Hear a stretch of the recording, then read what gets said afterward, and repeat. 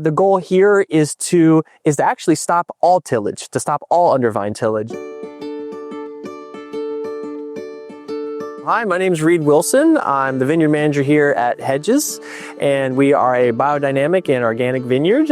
We started in the late 80s. We've got about 110 acres and all Bordeaux varietals, with some from Portugal too, which are pretty cool. And now we're here focusing on what can we do better and how can we do it better. And so for me, the main focus is the soil.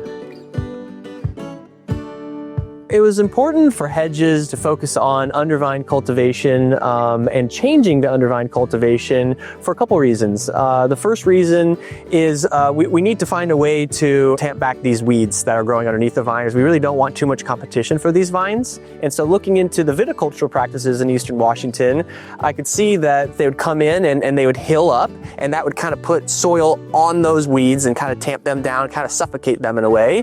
And then another weed flush would come, and then they'd come back in and kind of hill down, right? But for me, the goal here is to stop all undervine tillage. And what I want to do is come in and flatten out these berms that we've got. And then from there, we're going to do some planting underneath. And these plants underneath with native species, we could come in and just mow and create a green manure for our vines. And that's going to be a great way to enliven that soil and to also bring some nutrients back to the vines, which is really, again, my focus is the soil first, because that's where it all starts and ends. The biggest challenge for us is just the size of these berms. After 25, 30 years of doing this hilling up, this hilling down, it's created a two foot berm, and that creates basically a perfect right underneath that drip hose where all my weeds are growing that we actually can't get to because the berms are so high with the practices they were doing before and the implements they were using before.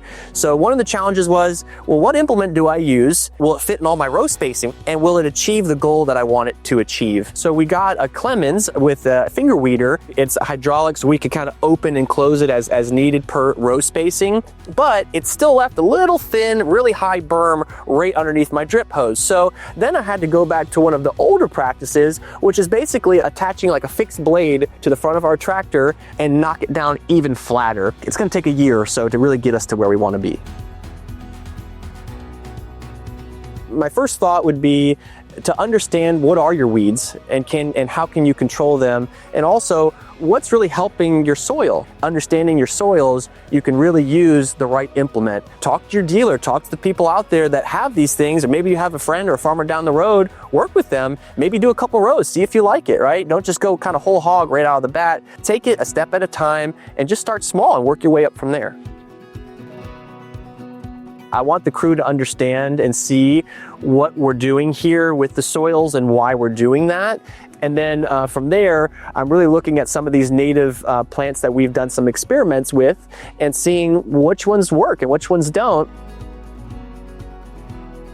I kind of view myself more as an observer than a farmer, someone that looks at the land and lets the land speak to me and let the vines speak to me.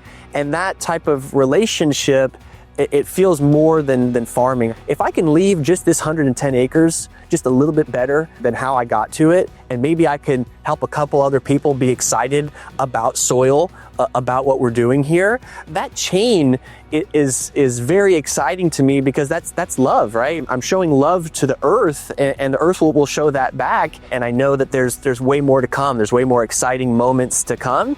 And also through the challenge is when we can really create and find out who we are as people and who we are as stewards of the land.